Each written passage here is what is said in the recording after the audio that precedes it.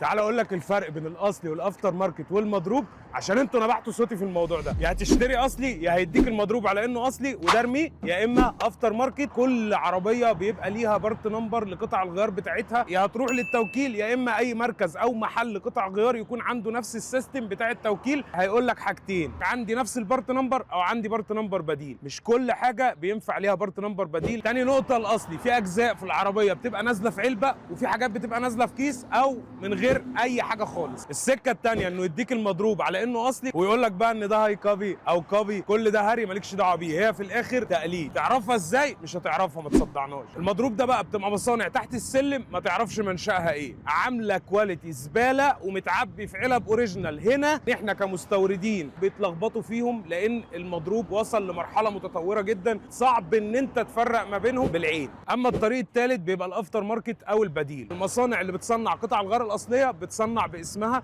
كواليتي قريب جدا من الاصل. حتى الافتر ماركت بقى بيتضرب برضه، مش هتعرفوا برضه، ما تصدعناش. ثالث نقطه هي البدايل، صيني تركي تايواني ايطالي، اي منشا تتخيله ان يبقى عليه بياناته واضحه، الشركه المصنعه والمستورد او المنشا مظبوط، يبقى عليه ضمان وما تحرقش معاه كتير، عشان 90% من البدايل بتنزل بضمان. وكده كده انا بنزل لك الاماكن الموثوق فيها في الهايلايتس او في الشانل، اسال محرم هتلاقيها في البايو على انستجرام، وصدعني براحتك انا بهزر معاك.